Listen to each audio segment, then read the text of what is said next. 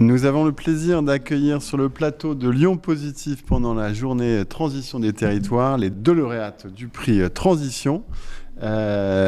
Madame Karima Twil, adjointe de Grande-Synthe. Bravo pour ce prix. Pouvez-vous nous dire pourquoi vous avez obtenu ce prix ? Bien, écoutez, pour répondre très précisément à la question, je ne le saurais. Mais en tout cas, depuis 1970, enfin les années 1970, la ville de Grande-Synthe, dans le cadre de l'amélioration du cadre de vie des citoyens, et parce que la ville de Grande-Synthe industrielle était évidemment proie aux crises, à la fois industrielles et sociales qui s'en suivent. Donc les élus de l'époque ont, avant même la naissance du concept de transition, mis en place une série d'actions, de leviers, pour d'abord fixer la population sur le territoire et lui donner un cadre de vie durable, pérenne.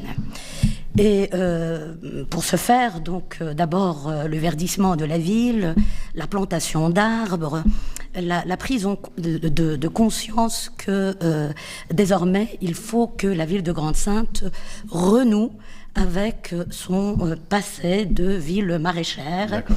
Et la ville initiale. Voilà, absolument. Initialement, avant les destructions de la Deuxième Guerre mondiale. Et pour créer l'industrie. Et évidemment pour aussi offrir des alternatives aux industries qui désormais créaient plus de la précarité, du chômage et de la désolation. Et donc le prix Transition vous est remis pour une action particulière ? Alors c'est une multiplicité d'actions. Donc si vous voulez, l'esprit des transitions s'amorce dès 1970. Depuis, véritablement, il y a une accélération. L'inscription de la ville dans le mouvement de ville en transition dès 2011, de Rob Hopkins, la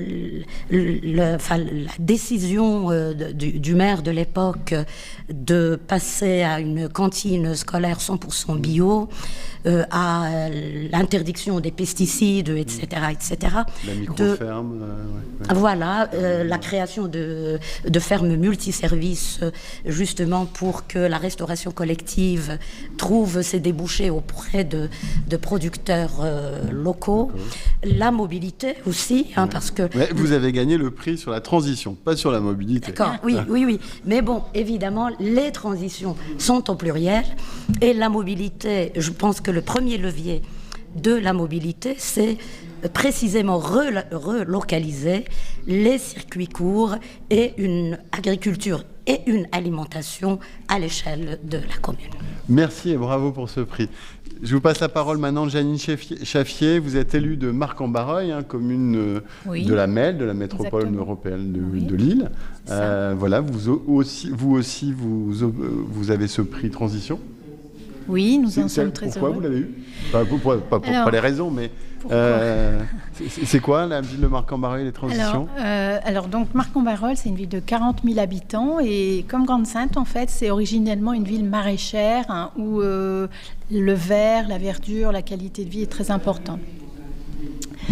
Alors, pourquoi on a eu ce prix ? Alors, on peut dire que le programme municipal 2020-2026 a mis la transition écologique au premier plan. On a fait une priorité transversale, en fait, à toutes les délégations. C'est-à-dire que toutes les actions entreprises se font à l'aune de la transition.